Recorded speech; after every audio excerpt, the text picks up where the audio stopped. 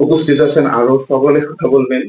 আমি একটা কবিতা আমার বন্ধু রিপন ইউসুফকে নিয়ে সেটা আমি পাঠ করে শেষ করতে চাই।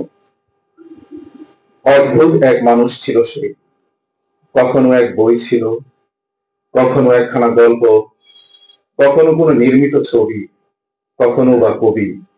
অদ্ভুত মানুষ ছিল সে।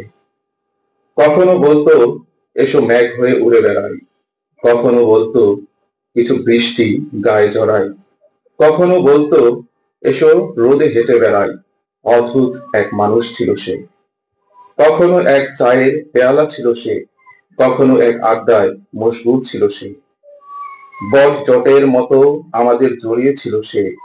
অদ্ভুত এক মানুষ ছিল সে।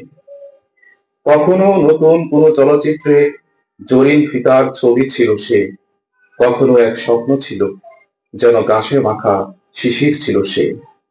অদ্ভুত এক মানুষ ছিল সে।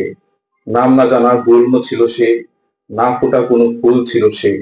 এক খোলা আকাশ ছিল সে, তাকিয়ে থাকা দূরের নক্ষত্র সে। আজ যেখানে কাব্য দেখি ওই স্তবকে রয়েছে সে।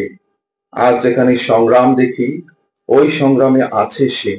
গ্র্যান্ড ন্যারেটিভ ভেঙে দিতে নতুন এক বোঝাপড়া সে। ধন্যবাদ সবাইকে।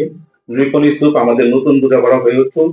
ধন্যবাদ বাংলাদেশ লেখক শিবিরকে এই চমৎকার স্মরণ সভা আয়োজন করার জন্য।